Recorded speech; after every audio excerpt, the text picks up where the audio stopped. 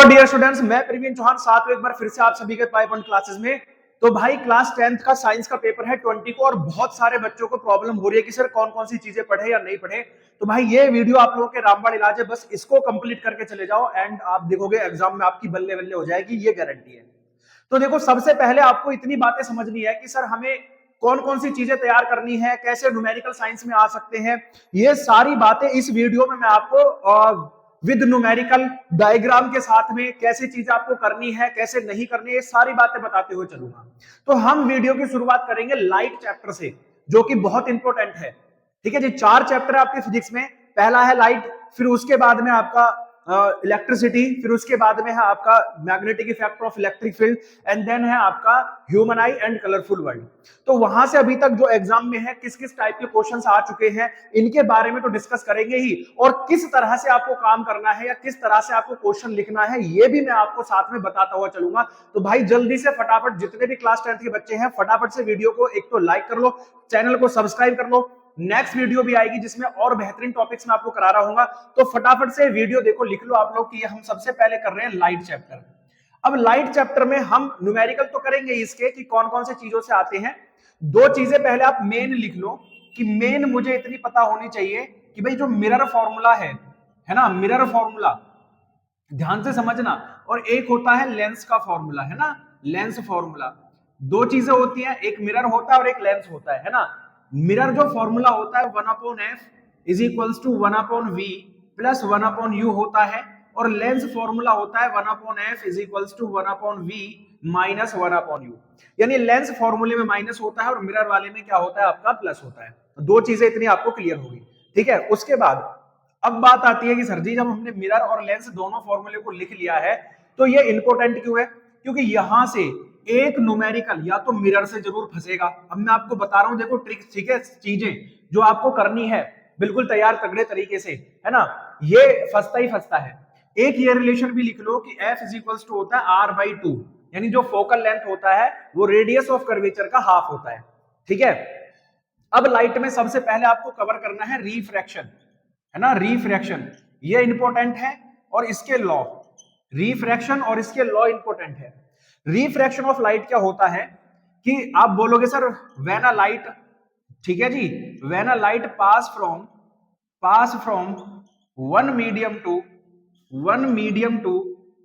ठीक है जी, another medium, one medium to another medium, कि जब भी लाइट किसी एक मीडियम से दूसरे मीडियम में पास होती है, it deflect from its path. ठीक है जी, if deflect from its path, कि वो अपने पाथ से डिफ्लेक्ट हो जाती है।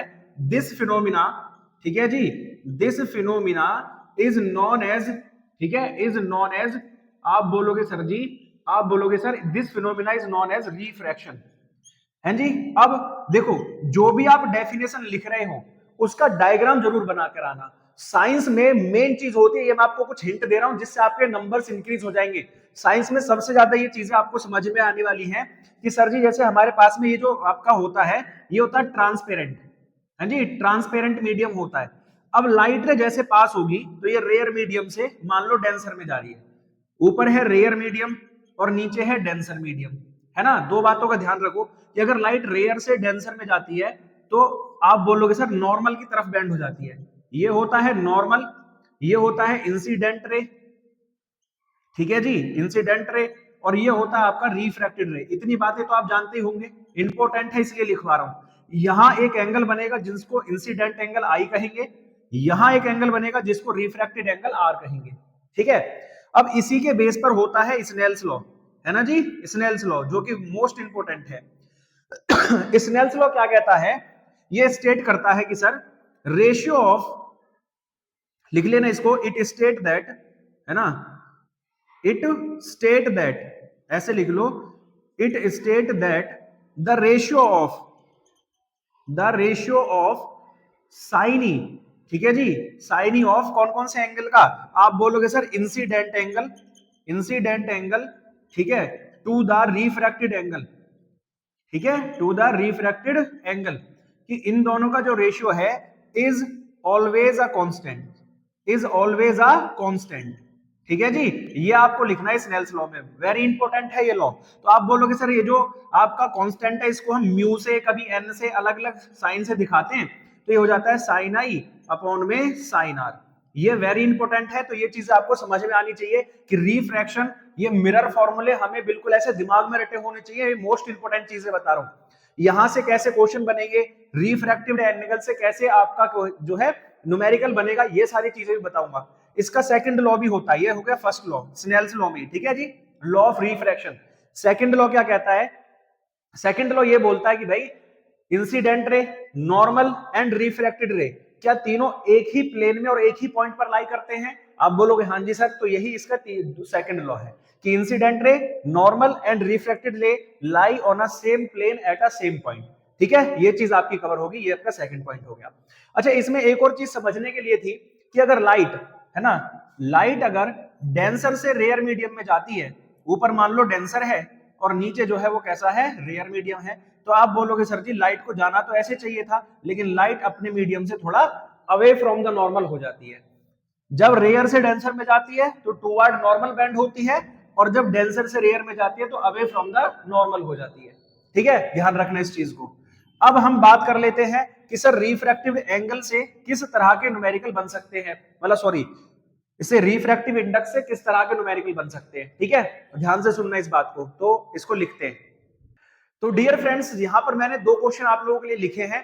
रिफ्रैक्टिव इंडेक्स से अगर क्वेश्चन बनेगा तो ऐसे ही बनेगा, इसके अलावा और कोई क्वेश्चन आप लोगों को देखने के लिए नहीं मिलेगा। देखो, पहला कह रहा है अ लाइट रे पास फ्रॉम, पासेज लिखना था यहाँ पे, passes from air to glass, कि एक जो लाइट रे है वो कहां से, एयर से ग्लास में जा रही है, ऑफ रिफ्रैक्टिव इंडेक्स 1.5, जिसका रिफ्रैक्टिव इंडेक्स 1.5 है। Then find the speed of light in glass, तो ग्लास में स्पीड क्या होगी लाइट की? तो भाई हमें पता है कि n इज इक्वल्स टू होता है c अपॉन v। c क्या है sir? Speed of light in vacuum या एयर। तो यहां पर सीधे सीधी पता है कि मुझे ये होता है 3 इंटू 10 की पावर 8। ये सारे बच्चे जानते होंगे, और अगर नहीं जानते तो इसको नोट कर लो कि वैक्यूम में बोले या एयर में बोले तो लाइट की स्पीड होती है 3 इंटू 10 की पावर 8। अब मुझे निकालना है v, ठीक है, n की वैल्यू हमें गिवन है, कितना है 1.5, 3 इंटू 10 की पावर 8 अपॉन v। तो ये भाई क्रॉस मल्टीप्लाई में इधर पहुंचेगा, तो 1.5 इंटू में v इक्वल्स टू 3 इंटू 10 की पावर 8। अब अगर मुझे v फाइंड करना है तो ये इधर आएगा, आप बोलोगे 3 इंटू 10 की पावर 8 अपॉन 1.5, यहां से आप कैंसिल कर दोगे तो v जो है वो कितना आ गया, 2 इंटू 10 की पावर 8 मीटर पर सेकेंड। यानी कहने की बात यह है कि ग्लास में जो स्पीड होगी वो 2 इंटू 10 की पावर 8 मीटर पर सेकेंड होगी। सही है, ओके। नेक्स्ट यहां की बात कर लेते हैं, इसका आंसर क्या होगा? कह रहा है if the speed of light in water is इतना, अच्छा वाटर में जो है स्पीड की जो है कितनी है, 4 इंटू 10 की पावर 8 मीटर पर सेकेंड है, और जो एयर में होती है वो तो हम जानते ही है 3 इंटू 10 की पावर 8 होती है। तो हमसे पूछ रहा है रिफ्रैक्टिव इंडेक्स, तो भाई सिंपल सी बात है, n इज इक्वल्स टू होता है c अपॉन v। c की वैल्यू 3 इंटू 10 की पावर 8 और इसकी वैल्यू 4 इंटू 10 की पावर 8, ये भाई पावर कैंसिल हो जाएंगी, तो कितना आ गया 3/4। और रिफ्रैक्टिव इंडेक्स का कोई ऐसा यूनिट नहीं होता, तो बात खत्म होगी। तो भैया ये एक इंपॉर्टेंट क्वेश्चन यहां से रिफ्रैक्टिव इंडेक्स से बन सकते हैं, अगर बने तो ठीक है। तो अगर आएंगे तो इस तरह से आपको सॉल्व करना है। अब हम बात करते हैं कि सर और क्या चीज इंपॉर्टेंट इसमें आ सकती है। पहला तो रिफ्रैक्शन हो गया, रिफ्रैक्टिव इंडेक्स को लेकर क्वेश्चंस भी हो गए, किस तरह से आप लोगों को पूछे जाएंगे, है ना, वेरी इंपॉर्टेंट, जो केवल आपके एग्जाम में आ सकता है वही चीजें हम लोग कवर करा रहे हैं। तो भाई इतनी मेहनत के लिए, इतनी सारे कंक्लूजन के लिए, इतनी सारी हमने मेहनत की आप लोगों के लिए, एक लाइक एक सब्सक्राइब तो बनता है, फटाफट से करके जाना, ठीक है। तो मजा आ रहा हो चीजें कि हाँ सर बेहतरीन चीज है, ये पूरी वीडियो थोड़ी लॉन्ग तो हो सकती है लेकिन बहुत मजा आने वाला है, ये भी मेरी गारंटी है। ठीक है भाई, बहुत ज्यादा इंटरेस्ट आने वाला है, किस किस तरह के क्वेश्चन आपसे पूछे जा सकते हैं, हर एक लेवल का टॉपिक में लेकर आऊंगा आप लोगों के लिए।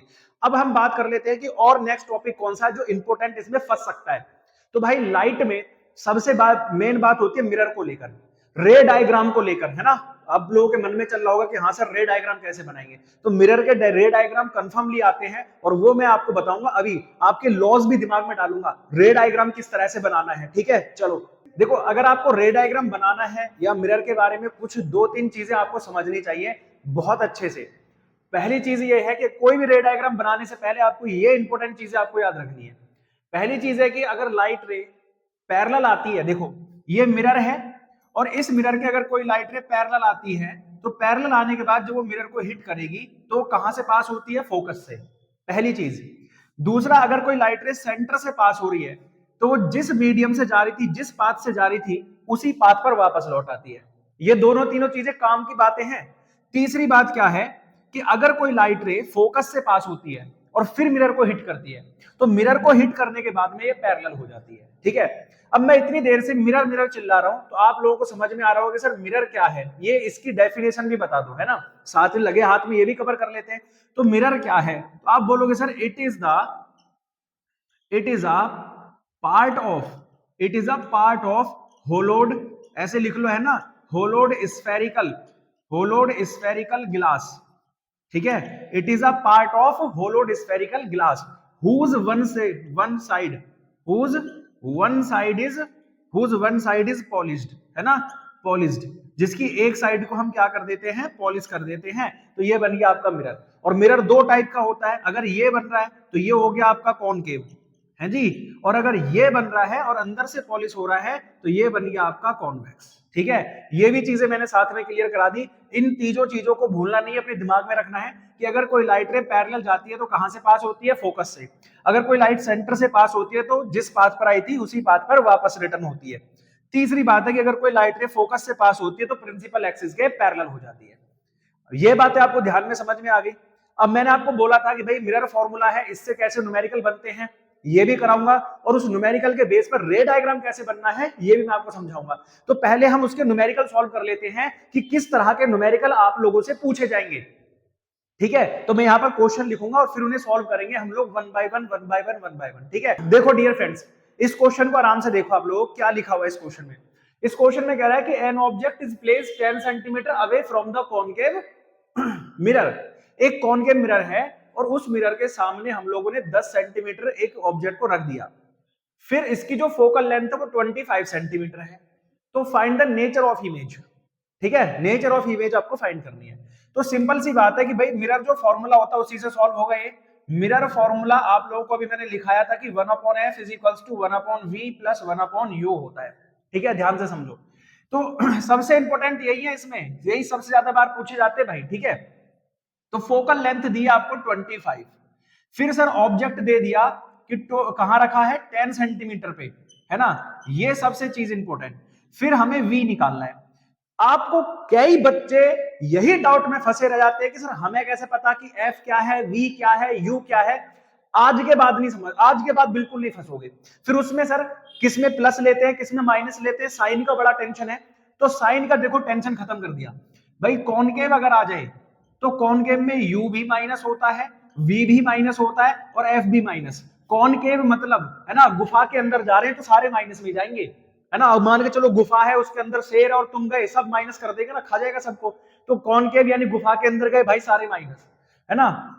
और कॉन्वेक्स, अब भाई u माइनस है, जो गया वो माइनस है, जो बाहर है वो सब क्या है, आप बोलोगे सर जी प्लस। तो u माइनस होता है, बाकी सारे प्लस होते हैं। तो ये वाला याद रखो, वो अपने आप याद हो जाएगा। u तो दोनों में माइनस है और v और f भी अंदर चले गए तो शेर खा गया भाई गुफा के अंदर। गुफा के बाहर खड़े थे, नहीं खाया। ठीक है, बात खत्म। तो इस तरह से आप लोगों को याद हो जाएगा कि इसमें सारे माइनस होते हैं, इसमें सारे प्लस। और हमारा मिरर भी कौन सा था भाई, कॉनकेव है, तो ये भी माइनस है और ये भी माइनस है। समझ में आ गई ना बातें, आज के बाद इसकी टेंशन खत्म। फिर हमें ये कैसे पता लगेगा कि सर f क्या है, u क्या है, v क्या है। तो देखो f तो सीधा सीधा होती है फोकल लेंथ, है ना, इसमें तो कोई डाउट ही नहीं है किसी बच्चे को। u क्या होता है, ऑब्जेक्टिव डिस्टेंस, है ना, ऑब्जेक्ट डिस्टेंस होती है। और v क्या होता है, इमेज। तो ये बात बताओ, देखो यहां पर क्या लिखा है, एन ऑब्जेक्ट इज प्लेस्ड। जब भी ऐसा लिखा मिल जाए ना, एन ऑब्जेक्ट इज प्लेस्ड, और उसके बाद कोई डिस्टेंस दे रखी हो तो मान लो वो u है।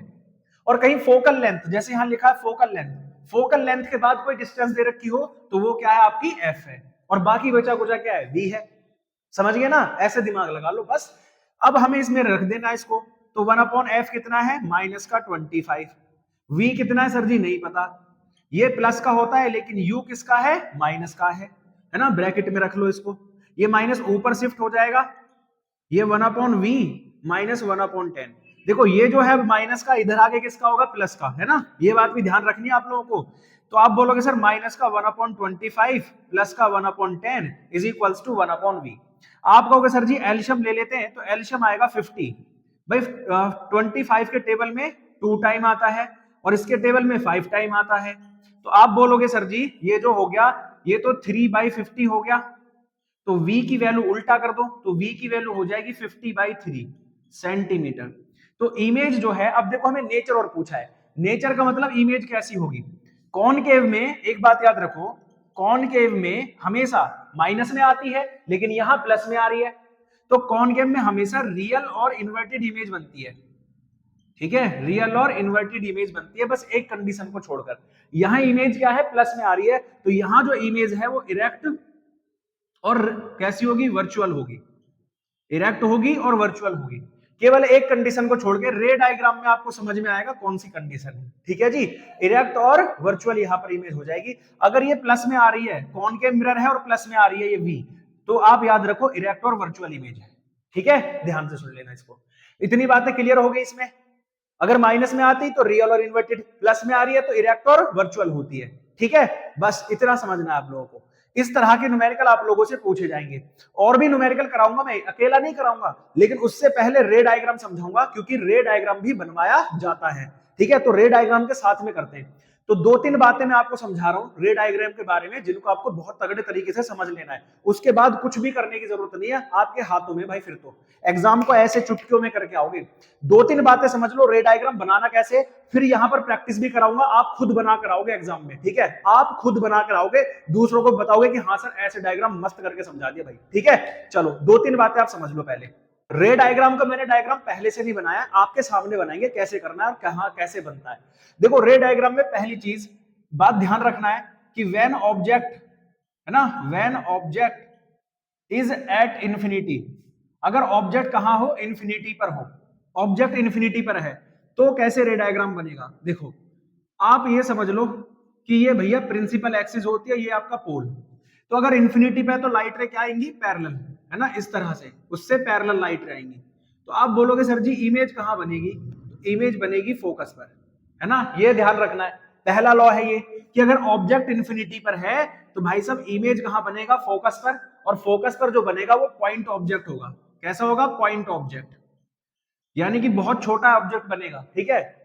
उसके बाद दूसरी बात आती है, कॉनकेव में हमेशा रियल और इन्वर्टेड बनता है, ये बात ध्यान रखेंगे, रियल और इन्वर्टेड इमेज बनती है, ये बात ध्यान रखेंगे, ठीक है। दूसरा, व्हेन ऑब्जेक्ट इज प्लेस्ड, है जी, ऑब्जेक्ट इज प्लेस्ड, इनको दिमाग में रख लो बस, अगर ये दिमाग में छप गए गारंटी दे रहा हूं आप खुद बनाओगे। व्हेन ऑब्जेक्ट इज प्लेस्ड, ठीक है, between infinity and centre of curvature, object को अगर हम कहां रख दें उठाकर, देखो यहां समझ लो अब की बात, ठीक है, थोड़ा सा इधर ही बना लेते हैं।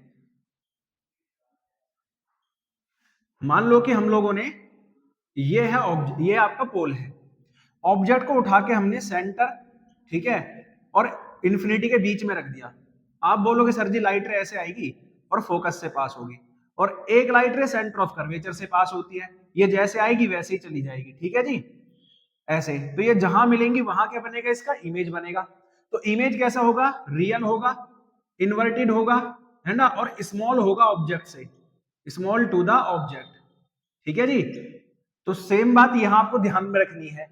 तीसरी बात है कि अगर हम object, when object is at C, जब ऑब्जेक्ट ही कहां हो, सेंटर ऑफ कर्वेचर पर हो, तो ध्यान से सुनो, देखो आप बोलोगे सर जी ऑब्जेक्ट हमने सेंटर ऑफ कर्वेचर पर ही रख दिया, तो लाइट आएगी ऐसे, कहां से पास होगी, आप बोलोगे सर जी फोकस पे, तो ये जो इमेज बनेगी ना वो जस्ट बिहाइंड द ऑब्जेक्ट ही बनेगी, जस्ट ऑब्जेक्ट के नीचे, तो सेम साइज की होगी, है ना, सेम साइज की होगी, बिहाइंड द, या बिलो लिख लो, बिलो ऑब्जेक्ट बनेगी, ठीक है, और होगी कैसी, रियल एंड इन्वर्टेड अभी भी होगी, ठीक है, तीसरी कंडीशन। चौथी कंडीशन क्या होती है, व्हेन ऑब्जेक्ट इज बिटवीन, कहां पर, सी एंड एफ, ठीक है, सी और एफ के बीच में हो, यहां से इंपोर्टेंट रूल शुरू होता है भाई। देखो अगर ऑब्जेक्ट आपने ये सी है और यहाँ कहीं एफ है, ठीक है। इनके बीच में आपने ऑब्जेक्ट रख दिया, तो ऑब्जेक्ट हिट करेगा, फोकस से पास करेगा, और एक कहां से जाती है भाई साहब, आपकी सेंटर ऑफ कर्वेचर से पास होगी, ठीक है। या ऐसे मान लो कि यहां से पास होकर ऐसे जाएगी, तो ऑब्जेक्ट कहां बनेगा, पीछे की तरफ बनेगा, ठीक है, यहां पर। ये थोड़ा सा बड़ा होगा, रियल होगा, इन्वर्टेड होगा, ठीक है। पांचवा कहां है, तो फिफ्थ हम बना लेते हैं, जब when object is at F, जब ऑब्जेक्ट एफ पर हो। इसका डायग्राम थोड़ा सा यहां बना लेंगे, यानी ऑब्जेक्ट कहां रखा हो, फोकस पर। ये हो गया पोल, ये हो गया फोकस, ठीक है, और ये हो गया सेंटर ऑफ कर्वेचर। तो ऑब्जेक्ट हमने फोकस पर ही रख दिया। जब भी लाइट रे पास होगी भाई साहब, फोकस से जाएगी, और एक लाइट रे क्या है आपके, ऐसे जाएगी, ठीक है। तो ये लाइट रे क्या हो रही है, पैरेलल हो रही है, कहीं नहीं मिलेंगी। तो इमेज कहां बनेगी, इन्फिनिटी पर, ठीक है जी। इमेज कहां बनेगी, इन्फिनिटी पर, ठीक है। ये 5-6 आपको चीजें याद रखनी है। एक और है सिक्स्थ थिंग, और आप लोग समझ लो कि when object is between F and P, ठीक है जी, एफ और पी के बीच में हो, समझो इसको भी बहुत तगड़े तरीके से, ठीक है, ध्यान में रखना बिल्कुल अपने तरीके में।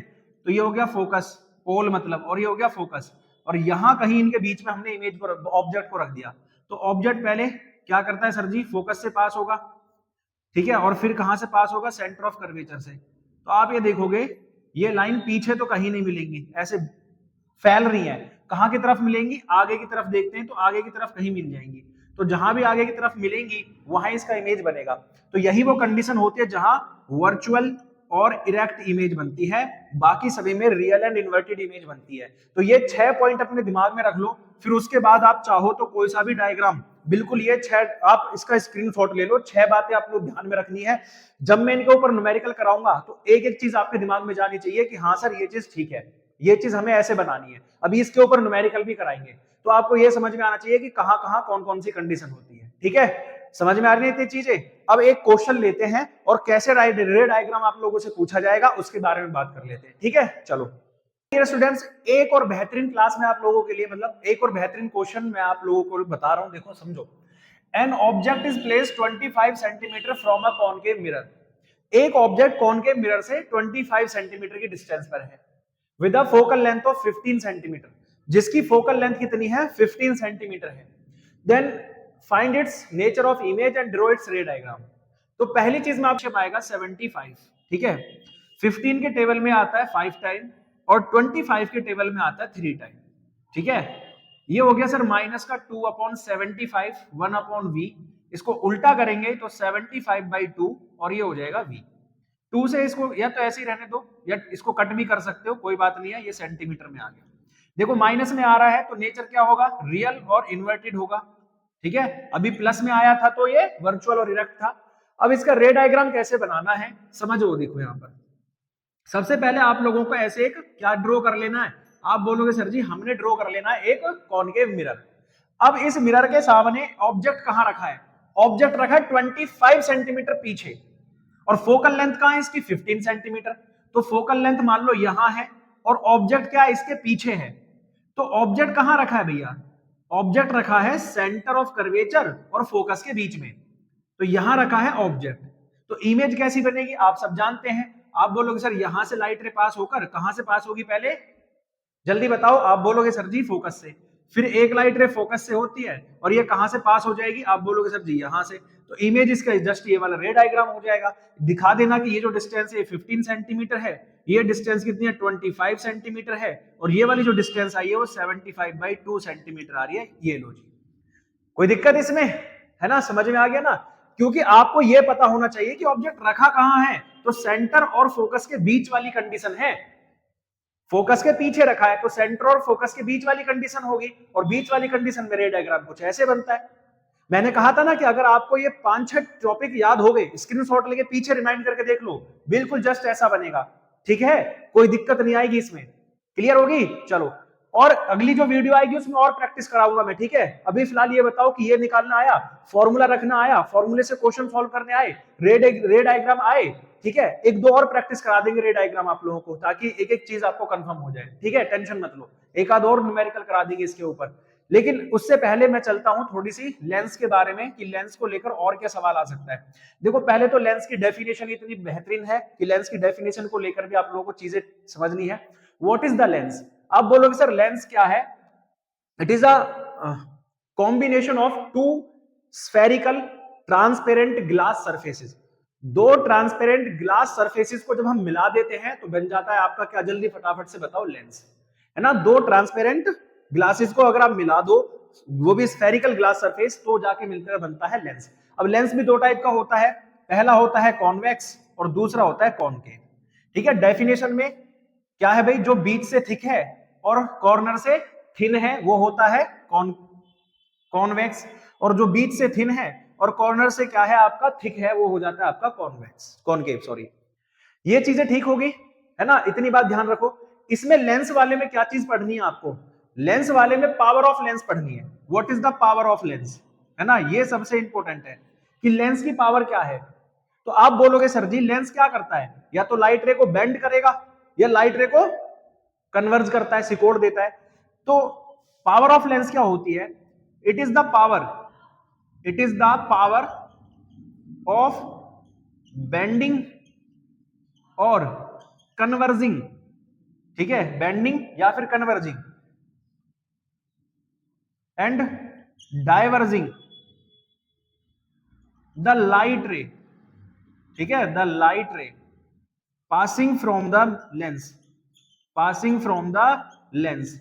जो भी लाइट रे लेंस से पास होती है तो या तो उन्हें बेंड और कन्वर्ज करना या डाइवर्ज करने की जो पावर होती है उसी को हम पावर ऑफ लेंस कहते हैं। अब कौन सा लेंस? देखो ये कॉन्वेक्स लेंस है। अब जब यहां से लाइट रे पास होंगी तो ये क्या करेगा? इन्हें कन्वर्ज कर देगा, तो इसीलिए इसे कन्वर्जिंग लेंस भी कहते हैं। ठीक है, कौन सा लेंस कहते हैं? Converging lens. और अगर कॉनकेव की बात करें तो लाइट रे जब यहां से पास होती है तो इसे ऐसे बेंड कर देता है, ये फैला रहा है, ये डाइवर्स कर रहा है, तो इसलिए इसे डाइवर्जिंग लेंस भी कह रहे हैं। कौन सा लेंस कह रहे हैं? Diverging lens. तो याद रखना इसको कन्वर्जिंग लेंस, इसको डाइवर्जिंग लेंस क्यों कहते हैं ये भी मैंने आपको बता दिया, because it converse the light रे and it diverse the light रे। ठीक है, that's why it is converging lens and it is diverging lens. ठीक है, पावर ऑफ लेंस को लेकर कोई क्वेश्चन आ जाता है, इसको भी सॉल्व कर लेते हैं कि किस तरह के क्वेश्चन पावर ऑफ लेंसेज को लेकर आ जाते हैं। ठीक है, और लाइट में यही चीजें आपको क्लियर कर लेनी है। सबसे इंपॉर्टेंट चीज है, यहीं से क्वेश्चन बनेगा। आप पूरे कोई भी साल का उठाकर देख लो, यहीं से सबसे ज्यादा क्वेश्चन पूछे जाते हैं। कई बार reflection of laws of reflection की बात भी कर लेता है। लॉज ऑफ रिफ्लेक्शन में क्या होता है कि आप जानते हैं सर जब कोई लाइट रे आती है तो उसी मीडियम में वापस लौट जाती है, तो ये इंसिडेंट एंगल और रिफ्रैक्टेड एंगल इक्वल होते हैं। ठीक है जी, फिर ये incident ray, reflected ray and normal तीनों एक ही प्लेन में और एक ही पॉइंट पर होते हैं। तो ये सारी चीजें आप लोगों को बिल्कुल तगड़े तरीके से रिवाइज कर लेनी है। इससे ज्यादा और कुछ नहीं पूछा जाएगा। ठीक है, इससे ज्यादा और कोई दिक्कत, कोई भी समस्या आपको आने वाली नहीं है। अब हम चलते हैं किसकी तरफ? पावर ऑफ लेंस की तरफ, कि उसको लेकर कौन से न्यूमेरिकल पूछे जाते हैं। बहुत जल्दी हम लोगों ने चैप्टर रिवाइज कर लिया और आई थिंक आप सबको एक एक बात इस चैप्टर में सारी चीजें क्लियर भी होंगी। लास्ट फेज चल रहा है इस चैप्टर का, relation between power and focus of lens, यानी जो हमारी फोकस है और जो हमारा क्या है पावर है लेंस की, उनके बीच में क्या रिलेशन होता है। तो भाई पावर जो है फोकस लेंथ का इनवर्सली प्रोपोर्शनल होती है। कब? जब एफ मीटर में हो तो P is equals to 1/f, और P is equals to 100/f जब F किस में हो? सेंटीमीटर में हो। एक चीज आपको याद रखनी है, ऐसा यूनिट क्या होता है इसका? डायोप्टर होता है, इसे डी से डिनोट करते हैं। एक चीज मैं आपको बता दूं, अगर डी प्लस का है तो समझ लो कि ये कॉन्वेक्स लेंस है, और अगर डी माइनस का है तो समझ लो ये कॉनकेव लेंस है, या कॉनकेव मिरर लेंस की बात कर रहे हैं। ठीक है, तो डी प्लस का है तो कॉन्वेक्स है, डी माइनस का है तो कॉनकेव लेंस है। ये भी पूछा जाता है क्वेश्चन में कि कौन सा लेंस है। जैसे क्वेश्चन नंबर मैं फर्स्ट बता दूं, आपसे बोला जाएगा the focal length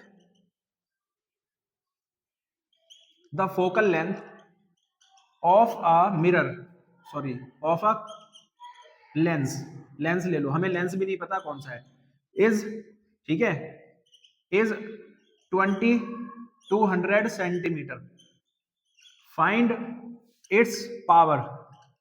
ठीक है, एंड नेचर ऑफ लेंस, हमें ये भी फाइंड करना है कि नेचर क्या है लेंस, यानी लेंस कौन सा है। तो सिंपल सी बात है, जो फोकल लेंथ है हमें गिवन है वो कितना है? 200 सेंटीमीटर। तो हमें सेंटीमीटर वाला ही फॉर्मूला लगाना है। 100/200 कैंसिल हो गया, तो P इज इक्वल्स टू 1/2, जिसको हम लिख सकते हैं 0.5। ठीक है, 5 0.5 कितना आ गया डायोप्टर में।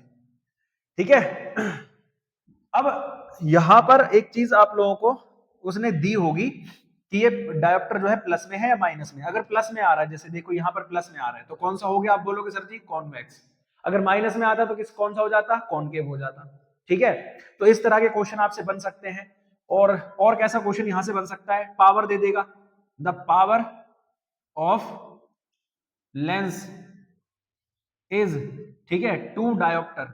अब माइनस का दे दिया उसने और पूछ रहा है find its focal length, its focal length. तो आप बिल्कुल टेंशन नहीं लेंगे, आप बोलेंगे sir ji F is equals to 100/2। ठीक है, माइनस की है तो माइनस लगा दो, sorry P is equals to 100/F, पहले फॉर्मूला लगाओ। P कितना है 2 है ना, माइनस का अपॉन में F, तो F इज इक्वल्स टू 100/-2। इसको कट करेंगे तो माइनस का 50 सेंटीमीटर आ गई। अच्छा, फोकल लेंथ किस में आ रही है, आप बोलोगे माइनस में आ रही है। फोकल लेंथ माइनस किस में होती है, आप बोलोगे कॉनकेव में। तो ये आप समझ में आ जाएगा कि लेंस भी कौन सा है, कॉनकेव है। ठीक है जी, तो ये सारी बातें, इस तरह के क्वेश्चन यहां से बन सकते हैं पावर ऑफ लेंस से, और कोई क्वेश्चन तो यहां से नहीं बनेगा, इस तरह के क्वेश्चन यहां पर बनेंगे। ठीक है, तो ये चैप्टर आपको बहुत अच्छे से मैंने रिवाइज करा दिया है। इसके न्यूमेरिकल किस तरह के बन सकते हैं, किस तरह के क्वेश्चन में न्यूमेरिकल पूछे जा सकते हैं, फटाफट से धोकर आना पेपर को। ठीक है, अब नेक्स्ट टॉपिक है हमारे पास, जो नेक्स्ट चैप्टर है वो है इलेक्ट्रिसिटी।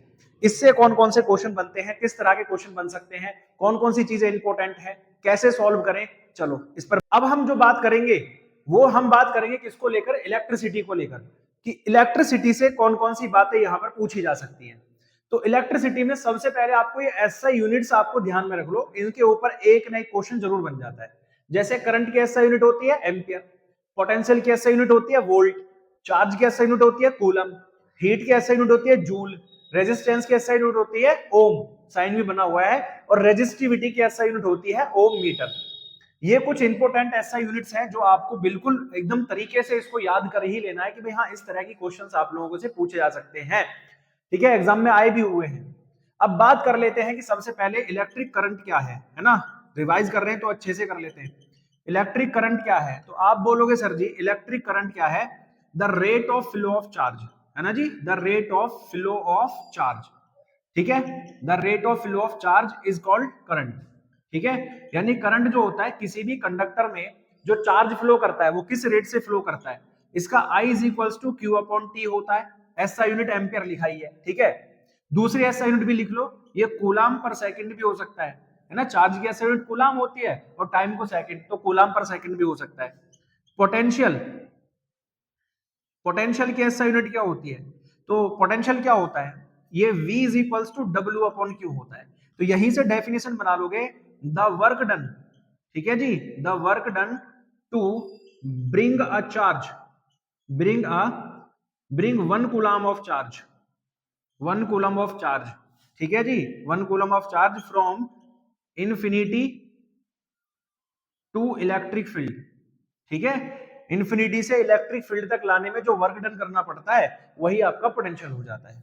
फिर पोटेंशियल डिफरेंस है ना, इसी का भाई है बहन है ऐसे मान लो, पोटेंशियल डिफरेंस है, तो वो हो जाता है VB minus VA is equals to W/Q।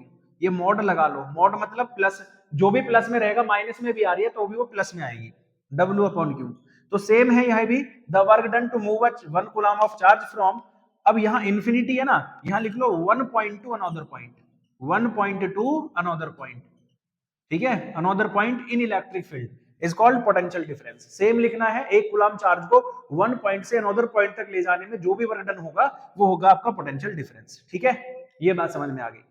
अब यहां पर जो चीजें होती है यहां से न्यूमेरिकल बन सकता है, बनेगा कैसे वो भी समझा देंगे, लेकिन जो मेन चीज है वो है आपकी रेजिस्टेंस, है जी, रेजिस्टेंस से क्वेश्चन बनते हैं सीरीज में, पैरेलल में, इसका डेरिवेशन भी प्रूफ करा देंगे कैसे करना है। ठीक है, टेंशन मत लो। और क्या आता है भाई, पावर, पावर से क्वेश्चन पूछे जाते हैं। तो रेजिस्टेंस क्या है, तो आप बोलोगे sir it is the property, ठीक है, it is the property of a conductor, कोई भी कंडक्टर है उसकी प्रॉपर्टी होती है, it is the property of conductor that oppose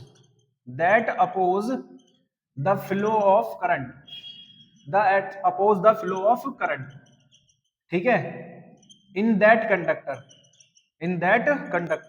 कि उस कंडक्टर में जो करंट के फ्लो को रोकता है उसको हम क्या कहते हैं, resistance. It is denoted by R, और ऐसा यूनिट मैंने लिख रखा है कि रेजिस्टेंस का क्या होता है, ओम होता है। ठीक है जी। अब रेजिस्टिविटी क्या है ना, रेजिस्टिविटी ये क्या है, तो आप लिख सकते हो it is a special conductor, ठीक है, special conduct resistance, sorry conductor कह रहा हूं, ठीक है, it is a special resistance of a conductor, of a conductor whose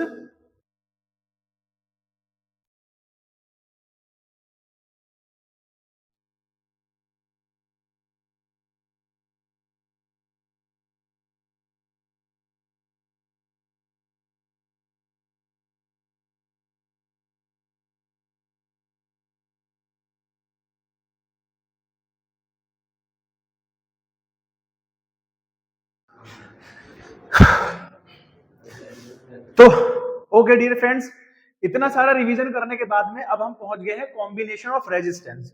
important, और यहां से सवाल भी बनते हैं, न्यूमेरिकल बनते हैं, यहां से किस तरह के न्यूमेरिकल बनेंगे ये भी आपको समझाएंगे, लेकिन उससे पहले आपको समझना है कि कॉम्बिनेशन ऑफ रेजिस्टेंस क्या होता है। देखो, रेजिस्टेंस का कॉम्बिनेशन दो टाइप्स का होता है, एक तो होता है सीरीज और दूसरा होता है पैरेलल। ठीक है जी, दो टाइप का कॉम्बिनेशन होता है, first one is the series combination and second one is the parallel combination. अब हम बात करते हैं पहले सीरीज की। ठीक है जी, तो सीरीज कॉम्बिनेशन क्या होता है, तो आप सबको पता है, देखो यहां पर समझो, ये पहला रेजिस्टेंस है जिसे हम R1 कह रहे हैं, ये दूसरा रेजिस्टेंस है जिसे हम R2 कह रहे हैं, और ये तीसरा रेजिस्टेंस है जिसे हम R3 कह रहे हैं। मान लो इन्हें मुझे क्या करना है, सीरीज में कनेक्ट करना है।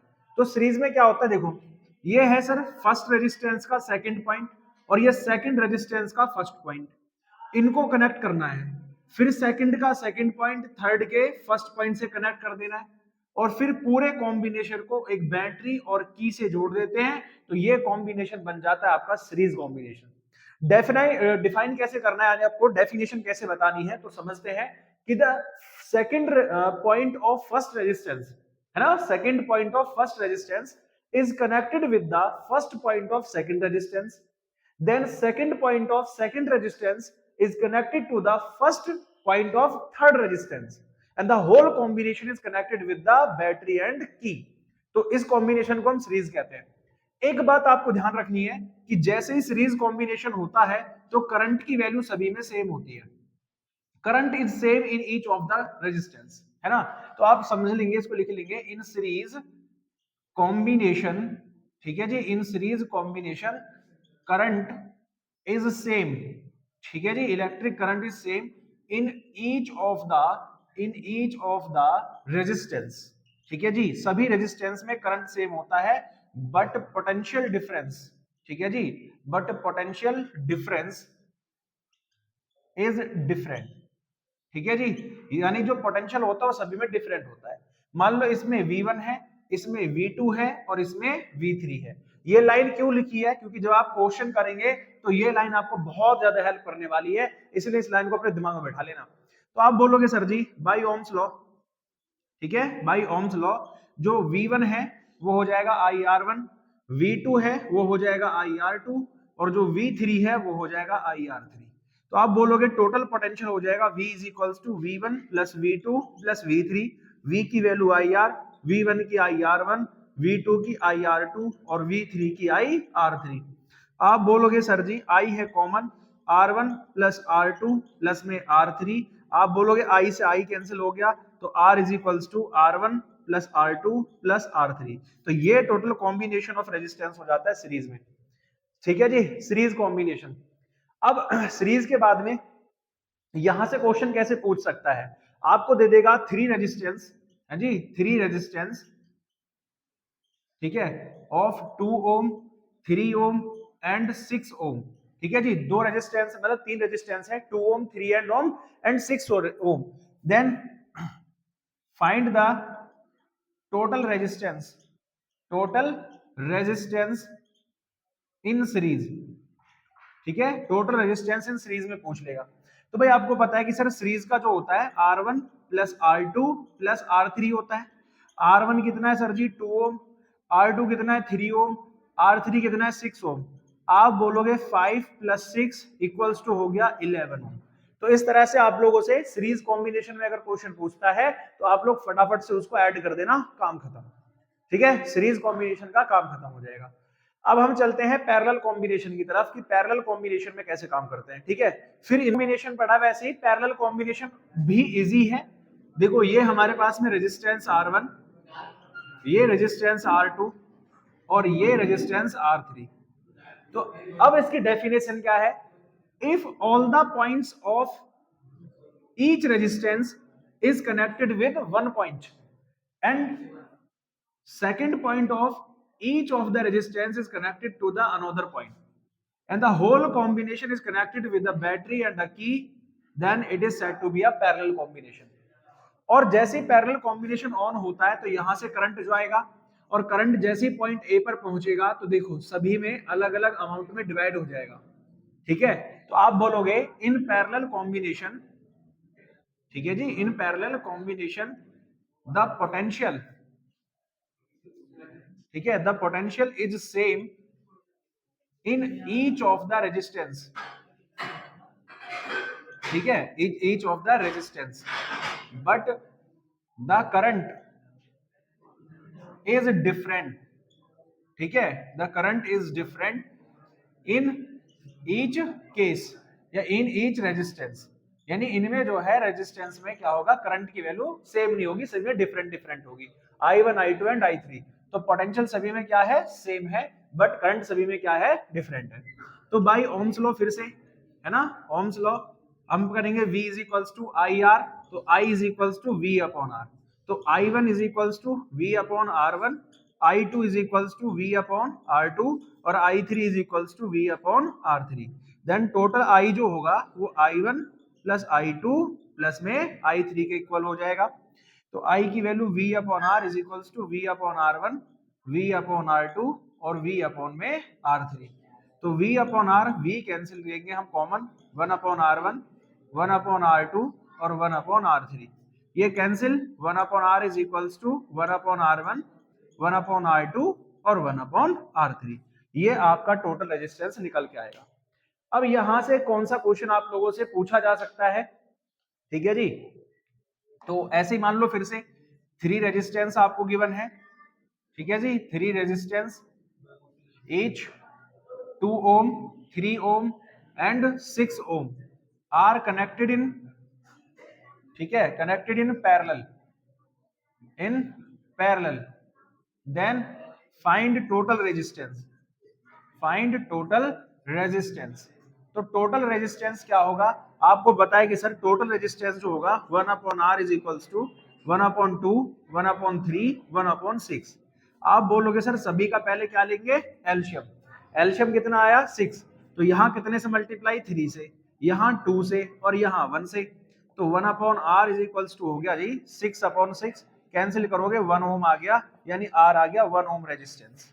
ठीक है, तो ये आप लोग इस तरह से इसको सॉल्व करेंगे। अब टोटल मिलाकर देख लेते हैं कि किस तरह के और न्यूमेरिकल पूछे जा सकते हैं आप लोगों से। ठीक है, तो ये भी हम लोग बात सॉल्व कर लेते हैं। तो इतनी चीजें क्लियर हो गई होंगी, पैरेलल कॉम्बिनेशन और सीरीज कॉम्बिनेशन कैसे सॉल्व करना है। ठीक है बेटा, चलो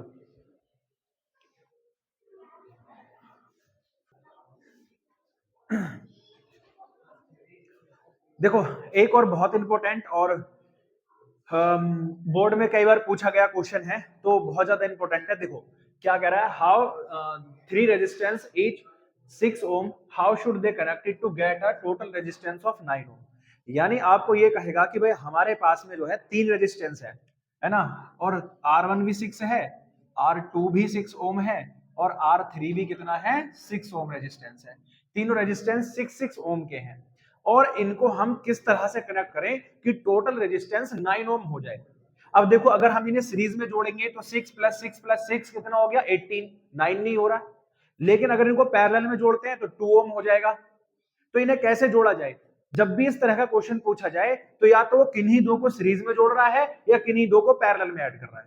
तो पहले हम R1 एंड R2 को पैरेलल में जोड़ लेंगे। ठीक है, तो R1 एंड R2 ठीक है, R1 and R2 are connected, ठीक है, इन पैरेलल।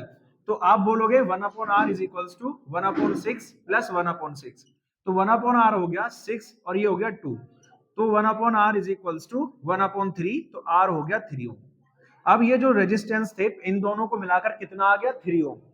तो अब r, ये जो r आया है and R3 are connected in series. अगर इनको हम सीरीज में जोड़ दें तो जो टोटल रेजिस्टेंस है आप बोलोगे R प्लस R3 हो जाएगा, और इसे ऐड करोगे तो 3 प्लस 6 कितना आ गया भाई साहब 9 ओम। तो टोटल रेजिस्टेंस इस तरह से 9 ओम आएगा कि पहले दो को पैरेलल में कनेक्ट करना है, फिर बाकी इसको हमें सीरीज में कनेक्ट कर देना है। तो इस तरह से जो टोटल कॉम्बिनेशन है वो कितना हो जाएगा 9 ओम। बोलो क्लियर है ना? इस तरह का क्वेश्चन कर दोगे कंप्लीटली? बोलोगे हाँ जी सर। अब नेक्स्ट टॉपिक की तरफ चलते हैं। अब हम इसके बारे में बात कर लेते हैं। देखो इंपोर्टेंट क्वेश्चन है ये आपका, ठीक है जी। 3 resistance of 2 ohm, 3 ohm and 5 ohm are connected in series. तो इसको थोड़ा सा डायग्राम से समझ लेते हैं। देखो पहला रेजिस्टेंस, दूसरा रेजिस्टेंस, तीसरा रेजिस्टेंस, इसको हमने एक सेल और एक की से कनेक्ट कर दिया। जो R1 है वो इसने बोला है 2 ओम का रेजिस्टेंस है, जो R2 है वो आपका 3 ओम का रेजिस्टेंस है, और जो R3 है वो आपका भैया आपका 5 ओम का रेजिस्टेंस है। इसको हमने 30 वोल्ट की बैटरी से कनेक्ट कर दिया है। ये आपका की है। जैसे हम इसमें करंट पास करते हैं या की को ऑन करते हैं तो यहां से करंट पास होता है। तो आप बोलोगे सर जब करंट पास होता है तो इसमें हमें निकालना है find the potential difference across each of the resistance. देखो एक बात आपको ध्यान होनी चाहिए, मैंने अभी बताया था थोड़ी देर पहले जब हम इसको कर रहे थे कॉम्बिनेशन को, कि सीरीज में करंट तो सेम होता है, करंट की वैल्यू सेम होती है, लेकिन पोटेंशियल सभी में अलग अलग होता है। तो सबसे पहले हम लोग जानते हैं कि R1 कितना है 2 ओम है, R2 कितना है 3 ओम है, R3 कितना है सर जी 5 ओम है। तो भाई टोटल रेजिस्टेंस कितना हो जाएगा? अब आप बोलोगे सर टोटल रेजिस्टेंस जो है वो R is equals to R1 plus R2 plus R3, यानी इनको जोड़ देंगे 2 प्लस 3 प्लस 5, तो ये हो जाएगा आपका 10 ओम। अब यहां से हम लोगों को करंट निकालना है, तो V is equals to I R. Total कितना है सर जी पोटेंशियल V, I कितना है नहीं पता, R कितना आ गया 10, इसको कैंसिल करोगे इससे तो I इज इक्वल्स टू आ गया 3 एम्पियर, यानी 3 एम्पियर का करंट सभी में जा रहा है। क्योंकि सर सीरीज में जो होता है करंट की वैल्यू सेम होती है, लेकिन पोटेंशियल सभी में डिफरेंट डिफरेंट होता है। तो भाई अगर मुझे इसमें निकालना है पोटेंशियल R1 में, ठीक है, तो V is equals to I1 R1, तो V1 कितना आ जाएगा, I है 3, R1 है 2, आप बोलोगे 6 वोल्ट का। फिर R2 में क्या निकालोगे, आप बोलोगे sir V2 is equals to IR2, तो V2 की वैल्यू I कितना है 3, R2 कितना है 3, कितना हो गया 9 वोल्ट। फिर V3 निकालोगे तो आप बोलोगे I की वैल्यू तो 3 फिक्स है, R3 कितना है 5, तो आप बोलोगे 15 वोल्ट ये हो गया। तो इस तरह से आप लोगों को क्या करना है, तीनों रेजिस्टेंस में अलग अलग पोटेंशियल फाइंड कर लेना है। सही है ना? किसी भी तरह का क्वेश्चन आ जाए धड़ाक से कर दोगे, ठीक है, कोई दिक्कत नहीं है। और कैसा क्वेश्चन आ सकता है, अलग अलग टाइप के सारे क्वेश्चन मैंने आपको करा दिए हैं। पावर को लेकर कैसा क्वेश्चन आ सकता है इसके बारे में बात कर लेते हैं ना, कि पावर को लेकर कैसा क्वेश्चन आएगा, तो नेक्स्ट क्वेश्चन उसी के बेस पर करा देते हैं आप लोगों का। Find the power across the 2 ohm resistance, यानी केवल हमें पावर इसमें निकालनी है कितनी फ्लो हो रही है। तो हमारे पास में 2 रेजिस्टेंस है, एक है 1 ओम का, एक है 2 ओम का। आपको यहां दिख रहा होगा डायग्राम में किसमें है, सीरीज में है। तो आप बोलोगे सर जी R जो है वो कितना हो जाएगा R1 प्लस R2, तो टोटल R हो गया हमारे पास में 1 प्लस 2 इज इक्वल्स टू 3 ओम। ठीक है जी, 3 ओम का ये हो गया। V कितना है, 6 वोल्ट की बैटरी है, तो V is equals to I R हो गया 6, I इंटू R हो गया 3, I इज इक्वल्स टू हो गया 2 एम्पियर। 2 एम्पियर का करंट इसमें पास हो रहा है, ठीक है जी, कोई दिक्कत नहीं। 2 एम्पियर का करंट इसमें पास हो रहा है। अब हमें पावर निकालनी है, तो P इज इक्वल्स टू होता है VI, है ना, और V की वैल्यू आप रख दोगे सर जी IR, ठीक है, IR इंटू I, तो P इज इक्वल्स टू हो गया I स्क्वायर R। अब जिस भी रेजिस्टेंस में पूछ रहा है उसको निकाल लो, तो P is equals to I की वैल्यू कितना आई है 2 एम्पियर, R कितना है सर जी आपके पास में 2 है, तो आप बोलोगे सर जी 2 का स्क्वायर 4 इंटू 2, आप बोलोगे सर जी 8 वॉट आ गई, है ना। पावर को किसमें मेजर करते हैं बेटा, वोट में। तो इस तरह से आपकी पावर भी आ गई। तो डायग्राम को लेकर कोई भी क्वेश्चन आ जाए, है ना, किसी भी मतलब आप ये समझो कि पूरा मैं आप लोगों को ऐसा दे रहा हूं कि यहां से इस तरह का क्वेश्चन बन सकता है, तो आपको छोड़कर नहीं आना है। ठीक है भाई साहब, तो अब बताओ इलेक्ट्रिसिटी में और कोई डाउट रह गया हो कमेंट कर देना, ठीक है, जल्दी से फटाफट, फिर नेक्स्ट वीडियो में मैं डाल दूंगा इसको। उसके बाद में आप लोगों को क्या काम करना है, वैसे कोई डाउट नहीं है भाई जितनी सारी चीजें पढ़ा रहा हूं यही से क्वेश्चन बनेगा, आप देख लेना। उसके बाद में फिजिक्स में और क्या आता है भैया, magnetic effect of electric current से जो चैप्टर है वहां से कौन कौन सी चीजें आ सकती हैं उसके बारे में बात कर लेते हैं। मैग्नेटिक इफेक्ट देखो तो यहीं से शुरू कर देते हैं। मैग्नेटिक इफेक्ट ये होता क्या सर जी, देखो अभी तक हम ये जानते थे कि करंट करंट एक अलग चीज है, लेकिन हमने ये पढ़ा कि जब किसी वायर में हम करंट पास करते हैं, है ना, if we pass a current in a wire, कि जब भी किसी वायर में हम करंट पास करते हैं तो इसके अराउंड में एक मैग्नेटिक फील्ड सेटअप हो जाता है। ठीक है, इसके अराउंड में एक मैग्नेटिक फील्ड सेटअप हो जाता है। This phenomena is known as the magnetic effect of electric current. यानी सिंपल लैंग्वेज में आप लिख सकते हो कि when a current is pass, when a current is pass through a, ठीक है जी, pass through a wire, through a wire, जब भी एक करंट किसी वायर से पास होता है, a magnetic field set up around the wire, a magnetic field set up around the wire, this phenomena is known as the magnetic effect of electric current। और जब भी ये मैग्नेटिक इफेक्ट होता है, ठीक है, तो यहां पर मैग्नेटिक फील्ड जनरेट हो गया इसके चारों ओर। आप बोलोगे हाँ जी सर, तो यानी सबसे पहले बात आएगी व्हाट इज द मैग्नेट, है ना, तो आप बोलोगे सर मैग्नेट एक सब्सटेंस है which has two poles, north pole and south pole, है ना। Magnet is a substance which has two poles, north pole and south pole, and it has a property that it can attract some of the metals, कि ये कुछ metals को अपनी तरफ attract भी कर सकती है, जिनमें आयरन हो गया, निकिल हो गया, कोबाल्ट हो गया। ये तो ऑप्शन में भी आ सकते हैं कि what are the magnetic substance, तो आयरन, निकिल, कोबाल्ट ये मैग्नेटिक सब्सटेंस होते हैं, ठीक है, ध्यान रखना। उसके बाद में आता है कि भैया जब ये हमने सारी चीजें कवर कर ली, ठीक है, इसको रफ कर लेते हैं, ठीक है, कि यहां से इस तरह का क्वेश्चन बना है तो आप कर लेंगे इसको कवर, ठीक है बेटा। चलो ये मैग्नेटिक के इफेक्ट के बारे में बात हो रही है। जब मैग्नेटिक फील्ड होता है तो मैग्नेटिक फील्ड की डायरेक्शन को फाइंड करने के लिए, है ना, डायरेक्शन को फाइंड करने के लिए दो लॉ होते हैं। पहला होता है राइट हैंड थंब लॉ, ठीक है जी, सबने पढ़ा होगा राइट हैंड थंब लॉ।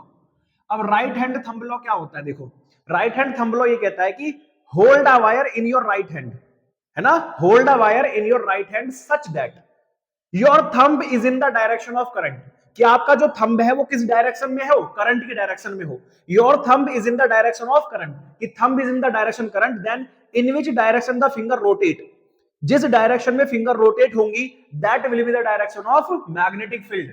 तो अगर किसी को लिखना है तो लिख भी सकता है, वैसे तो रिवाइज ऐसी हो गया कि if we hold a wire, if we hold a wire in our right hand, in our right hand, ठीक है, right hand, such a way, such a way that the thumb, ठीक है जी, that the thumb is in the direction of, is in the direction of current, direction of electric current, then in which direction, है ना, बहुत simple language लिखवा रहा हूं, in which direction the finger rotate, in which direction the finger rotate, ठीक है जी, rotate that will be the direction of magnetic field, ठीक है, राइट हैंड थंब लॉ हो गया।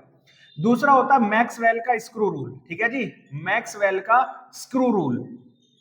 किस किस बच्चे को आता है फटाफट से बताओ जल्दी से, है ना, जिसको भी आता है वो कमेंट करो और लिखकर भी दिखाओ अगर आ रहा है तो, ठीक है।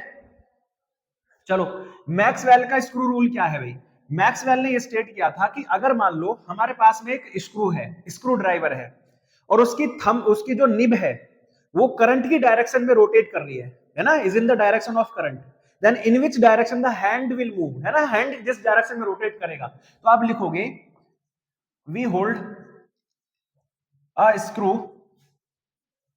in right hand, in right hand such a way, ठीक है, that the nib is in the direction, ठीक है, nib is in the direction of current, कि हमारा जो निब है वो किसकी डायरेक्शन में है, करंट की डायरेक्शन में है, देन इन विच डायरेक्शन, ठीक है जी, in which direction the hand rotate, ठीक है, in which direction the hand rotate will be the direction, ठीक है जी, will be the direction of किसकी, मैग्नेटिक फील्ड। ये बात आपको ध्यान रखनी है, ठीक है जी, किसकी है ये बात है, direction of right hand thumb rule and Maxwell का रूल है, दोनों को एकदम तरीके से याद कर लो, दोनों मैंने रिवाइज भी करवा दिए, तो इसमें कोई दिक्कत नहीं रहेगी, ठीक है।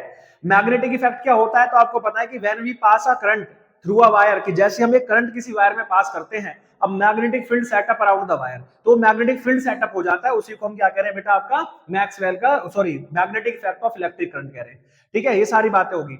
मैग्नेटिक फील्ड क्या होता है, ठीक है, तो सिंपल सी डेफिनेशन लिखा रहा हूं, the field around a magnet, ठीक है जी, the field around a magnet, किसी भी मैग्नेट के चारों ओर का फील्ड, ठीक है, that represent the area around magnet, ठीक है जी। मैग्नेट के चारों तरफ का जो एरिया है जो रिप्रेजेंट करता है उसी को हम मैग्नेटिक फील्ड कहते हैं।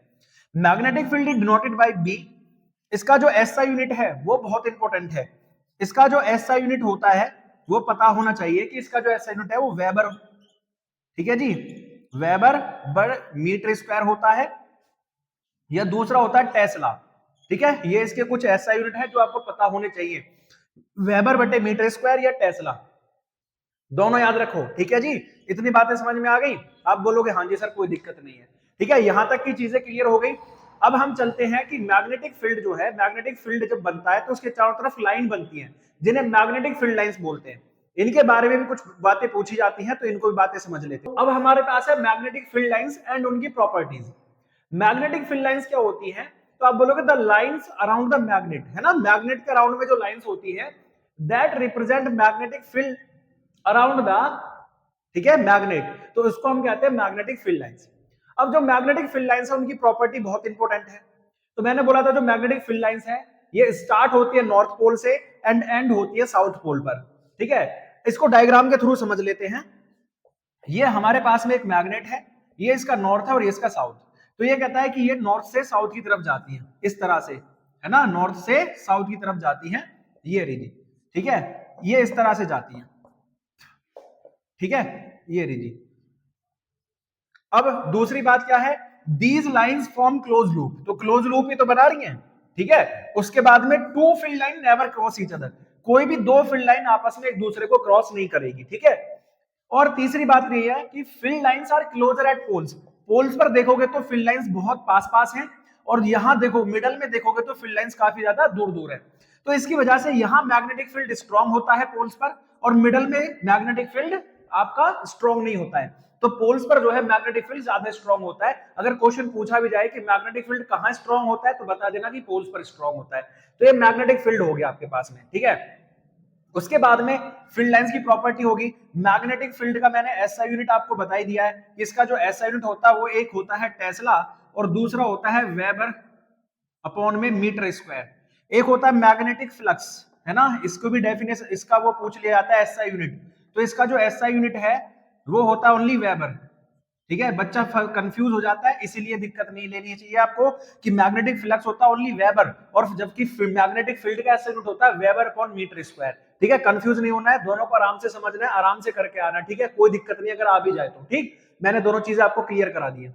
उसके बाद में जब हम मैग्नेट के बारे में बात करते हैं तो एक और इंपॉर्टेंट चीज निकल कर आती है solenoid, what is the solenoid, ठीक है, और उसके जो मैग्नेटिक फील्ड है वो कैसे रिप्रेजेंट करना है, ये सारी चीजें बहुत पूछी जाती है। तो सोलेनॉइड क्या है, कैसे उसमें मैग्नेटिक फील्ड बना होता है, ये बारे में मैं आपको बता दूं, ठीक है, ये रफ करने के बाद उसको समझाते हैं सोलेनॉइड क्या है। डियर फ्रेंड्स, हम बात करते हैं सोलेनॉइड की, तो व्हाट इज द सोलेनॉइड, तो आप बोलोगे sir solenoid is a coil, एक कॉइल होती है in which copper wire are wrapped on a soft iron core, कि कॉपर वायर्स जो होते हैं वो हम सॉफ्ट आयरन कोर पर लपेट देते हैं, and when the current pass through it, जैसे करंट इससे पास होता है तो it act like a bar magnet, तो ये किसकी तरह एक्ट करती है, बार मैग्नेट की तरह एक्ट करती है। तो हमने क्या काम किया, एक सॉफ्ट आयरन कोर लिया और इस पर हमने कॉपर वायर को रैप कर दिया, ठीक है। जैसे हमने इसे सेल और बैटरी से यानी सेल या बैटरी से कनेक्ट किया तो इसमें क्या होता है बेटा, फील्ड लाइंस पास होती है, और ये किसकी तरह बिहेव करती है, बार मैग्नेट। तो बार मैग्नेट में क्या था, नॉर्थ एंड साउथ पोल होते हैं, जिससे नॉर्थ से और साउथ की तरफ क्या निकलती है, फील्ड लाइंस पास होती है। तो ये हो गया आपका सॉफ्ट आयरन कोर। लेकिन इसकी एक बात याद रखनी है कि इसमें जो मैग्नेटिक फील्ड है, ठीक है जी, मैग्नेटिक जो फील्ड है इसका वो कुछ बातों पर डिपेंड करता है। जो मैग्नेटिक फील्ड है वो, ठीक है, magnetic field is proportional to the current, अगर आप करंट की वैल्यू बढ़ाओगे तो मैग्नेटिक फील्ड भी इंक्रीज हो जाएगा। दूसरा है magnetic field depends on the number of turns, जितने ज्यादा ये नंबर ऑफ टर्न्स होंगे, ये जो बन रहे ना छल्ले से, जितने ज्यादा होंगे उतना ही मैग्नेटिक फील्ड भी इसमें स्ट्रॉन्ग होगा, ठीक है। उसके बाद it behaves as a bar magnet, ठीक है, बार मैग्नेट कब तक बिहेव करेगी, till current is passing, current is passing, जब तक इसमें कौन पास हो रहा है, करंट पास हो रहा है। जैसे करंट पास होना बंद हुआ, ये भी बार मैग्नेट की तरह बिहेव करना बंद कर देगी। तो ये सारी चीजें आपको इसके बारे में और थोड़ी सी जानकारी रखनी है कि बार मैग्नेट ये सोलेनोइड बार मैग्नेट की तरह बिहेव करता है। फिर होता है मैग्नेटिक फोर्स, ठीक है जी, मैग्नेटिक फोर्स। अब मैग्नेटिक फोर्स क्या है, on a current carrying wire, on a current carrying wire, ठीक है जी, करंट कैरिंग वायर। इसमें क्या होता है बेटा कि अगर आप जैसे देखो ये मैग्नेटिक फील्ड है, ये मैग्नेट है, ऐसे मान लो कि ये एक मैग्नेट है, ये नॉर्थ पोल है और ये साउथ पोल। अगर इसके परपेंडिकुलर आप किसी वायर को लेकर जाते हैं कि वेन अ वायर, ठीक है, when a current carrying wire, current carrying का मतलब क्या होता है, ऐसा वायर जिसमें करंट पास हो रहा हो, करंट कैरिंग वायर, ठीक है, पास परपेंडिकुलर, ये बात ध्यान रखनी है, pass perpendicular to the magnetic field, ठीक है, मैग्नेटिक फील्ड के परपेंडिकुलर पास होता है द मैग्नेट, ठीक है, द मैग्नेट अप्लाई, ठीक है जी, जो हमारी मैग्नेट है apply a force on it, ठीक है, अ फोर्स ऑन इट। तो हमारी जो मैग्नेटिक फील्ड है इस पर क्या करती है, फोर्स अप्लाई करती है। और इस फोर्स को हम लोग फ्लेमिंग के लॉ से जान सकते हैं, ठीक है, फ्लेमिंग्स लॉ। अब फ्लेमिंग का जो है लेफ्ट हैंड लॉ है ना, ऐसे ऐसे याद रखो इसको, है ना, father mother child, papa mummy बच्चे, ऐसे कर लो फटाफट से, यो हनी सिंह तो करते ही हो गए ऐसे, है ना, तो फटाफट से ऐसे कर लो भाई। अब इसमें क्या काम करना है, देखो इसको कैसे लिखना है, कैसे बोलना है, इसको लिखना कैसे है, ये फोर्स की डायरेक्शन फाइंड करता है, और इससे पहले जो दो लोग समझाए तो मैग्नेटिक फील्ड की डायरेक्शन को, तो ये फोर्स की डायरेक्शन को, यहाँ कंफ्यूजन मत होना, है ना, कंफ्यूजन के लिए दे सकता है, ठीक है, तो इसलिए ध्यान रखना कंफ्यूज नहीं होना कि जो फ्लेमिंग्स का लॉ है वो फोर्स की डायरेक्शन फाइंड करता है। और फोर्स की डायरेक्शन कैसे फाइंड करता है, तो ये कह रहा है if we fold thumb and first two finger of left hand, if we fold thumb and first two finger of left hand such that these are perpendicular to each other, कि ये जो है एक दूसरे के परपेंडिकुलर हैं। Thumb will show the direction of force, first finger will show the direction of magnetic field and second finger shows the direction of current. अब देखो इसको ट्रिक से याद रखना है, फादर मदर चाइल्ड, फादर से फोर्स, मदर से magnetic field और चाइल्ड से करंट, तो ये फोर्स की डायरेक्शन, ये मैग्नेटिक फील्ड की डायरेक्शन, और ये C4 करंट की डायरेक्शन को रिप्रेजेंट करता है, that is the Fleming's left hand law. बहुत इंपॉर्टेंट है और हमने सारी बातें यूज इसमें कर ली हैं भाई साहब, जितनी इसमें इंपॉर्टेंट चीजें थी। कोई और डाउट रह गया हो, कोई और रिवीजन के लिए रह गई हो बातें, तो इससे ज्यादा मुझे इंपॉर्टेंट लगता नहीं है, यहीं से क्वेश्चन आएंगे। एक और चीज याद रख लो भैया कि जो हमारा क्या होता है, आयरन होती है ना, आयरन जिससे आप कपड़े पर आयरन करते हो, तो उस आयरन में नाइक्रोम का वायर यूज होता है, ठीक है, ये छोटी छोटी बातें आप लोगों को याद रखनी नहीं है। बल्ब में फिलामेंट यूज होता है, ठीक है जी, जो जलता है ना उसको फिलामेंट कहते हैं। बल्ब में कौन सी गैस भरी होती है, तो ऑर्गन और नाइट्रोजन का मिक्सचर होती है। ये सारी बातें आप लोगों को ध्यान रखनी है, छोटी छोटी बातें जो पूछी जा सकती है, ठीक है, और कोई दिक्कत नहीं है इसमें, जितना भी था सारी कंप्लीट होगी मैग्नेटिक फील्ड। अब हम चलते हैं human eye and colourful world की तरफ, ठीक है, human eye and colourful world की तरफ, वहां से कौन कौन से बेहतरीन क्वेश्चन आप लोगों से पूछे जा सकते हैं इनके बारे में बात करेंगे, ठीक है। चलो अब हम चलते हैं अपने ह्यूमन आई की तरफ, इसका रिवीजन कर लेते हैं। तो जब भी आप ह्यूमन आई बात करोगे तो एक स्ट्रक्चर आप अपनी कॉपी में बना लेना, ठीक है, ठीक है, तो मुझे टाइम लगता है इसलिए मैंने इसको ड्रॉ नहीं किया, लेकिन उसके बारे में कुछ इंपॉर्टेंट छोटी छोटी जानकारी आपको पता होनी चाहिए, जैसे कॉर्निया क्या है, आइरिस क्या है, प्यूपिल क्या है, आई लेंस क्या है, रेटिना क्या है, इनको भी रिवाइज कर लेते हैं। तो कॉर्निया जो होता है आउटर मोस्ट कवरिंग लेयर होता है, जो हमारी आईज को, आइरिस वगैरह को प्रोटेक्ट करने का काम करता है, ठीक है। उसके बाद आइरिस क्या है, तो एक कलर्ड पील होती है, ठीक है, एक कलर्ड पील होती है of I that control the amount of light, यानी जो लाइट हमारे अंदर एंटर करती है ना उसको कंट्रोल करती है। तो प्यूपिल क्या होता है, तो ये आप बोलोगे सर सेंट्रल होल है ना, आइरिस के बीच में एक छोटा सा होल होता है जहां से लाइट जो है लेंस तक पहुंचता है, और इसकी एक खास प्रॉपर्टी होती है कि ये अपने साइज को चेंज कर सकता है। अगर अमाउंट ऑफ लाइट ज्यादा है तो साइज को डिक्रीज कर लेगा, और अमाउंट ऑफ लाइट कम है तो साइज को इंक्रीज कर लेगा। उसके बाद आई लेंस की बात करें तो आई लेंस हमारा डबल कॉन्वेक्स लेंस होता है जो प्रोटीन का बना होता है, और ये जो है क्या करता है, लाइट रे को कन्वर्ज कर देता है रेटिना पर। यानी जो हमारा इमेज है वो कहां ड्रॉ करता है, रेटिना पर। रेटिना क्या है, तो आप बोलोगे सर इनर मोस्ट लेयर है हमारे ह्यूमन आई, हमारी आंख की सबसे अंदर वाली पार्ट है, अंदर वाली लेयर है, जो क्या काम करती है, रियल और इन्वर्टेड इमेज को फॉर्म करती है। जहां पर रियल एंड इमेज, हमारा जो इमेज है रियल और इन्वर्टेड इमेज, वो वहां जाकर बनता है। तो ये बात होगी। और भी बहुत सारी बातें, जैसे एक्वस ह्यूमर होता है और सिलेरी मसल्स होती हैं, इनको भी आप लोग रिवाइज कर लेंगे एक बढ़िया तरीके से, ठीक है। अब हम बात करते हैं कि ह्यूमन आई की जब हम बात कर ही रहे हैं, अब हम बात कर लेते हैं इनके डिफेक्ट की। तो ह्यूमन आई में मोस्टली जो आता है वो दो टाइप के डिफेक्ट हैं, 2 से 3 टाइप के डिफेक्ट आते हैं, जिन्हें मैं आपको बता देता हूं। एक होता है मायोपिया, मायोपिया होता है शॉर्ट साइटेडनेस, ठीक है, इनको रफ कर लेते हैं, है मायोपिया। अब मायोपिया क्या है, तो मायोपिया को हम कहते हैं शॉर्ट साइटेडनेस, ठीक है, शॉर्ट साइटेडनेस। अब शॉर्ट साइटेडनेस में हम लोग जानते हैं कि जब भी कोई लाइट रे, देखो इसमें क्या होता है, अ ह्यूमन, हमें कैसे पता लगेगा, if a human can see the near distant object but can not see the far distant object, यानी वो नियर बाई ऑब्जेक्ट को तो देख सकता है पर फार ऑब्जेक्ट को नहीं देख सकता, तो इसको हम क्या कहते हैं, मायोपिया। मायोपिया क्यों होता है, इसके पीछे रीजन क्या है, तो रीजन जरूर आप लोग याद रखेंगे। तो मायोपिया में आप लोग रीजन में याद रखोगे कि it has 2 reasons. First, if the size of eyeball, ठीक है जी, if the size of eyeball increase, अगर साइज जो है इंक्रीज हो जाता है आईबॉल का तो हो जाएगा। दूसरा है इफ द फोकल लेंथ, ठीक है जी, focal length of eyeball decrease, ठीक है, दोनों चीजें याद रखेंगे, या तो फोकल लेंथ आपकी डिक्रीज होगी या आई बॉल का साइज इंक्रीज हो गया होगा। इस वजह से जो है क्या होता है, आपके पास में शॉर्ट साइटेडनेस हो जाता है ना। इसको एग्जांपल में लिख लो, ऐसे डेफिनेशन में लिख लोगे, इफ अ पर्सन, ठीक है, a person that can see nearby object, ठीक है, nearby object, but can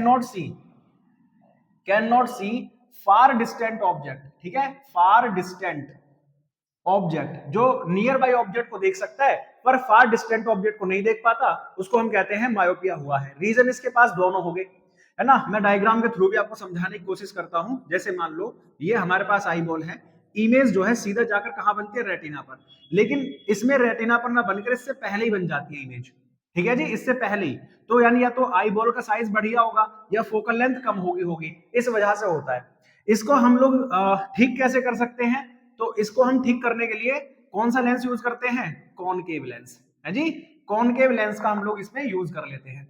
फिर होता है हाइपरमेट्रोपिया, हाइपरमेट्रोपिया, इसमें क्या होता है सर, हाइपरमेट्रोपिया में a person that can see, ठीक है जी, that can see far distant object, far distant object, जो दूर बहुत ज्यादा डिस्टेंस पर रखे ऑब्जेक्ट को देख लेगा, बट कैन नॉट सी, ठीक है जी, nearby object, nearby object, लेकिन नियर बाई ऑब्जेक्ट को प्रॉपरली नहीं देख पा रहा है, तो उसको हो गया हाइपरमेट्रोपिया।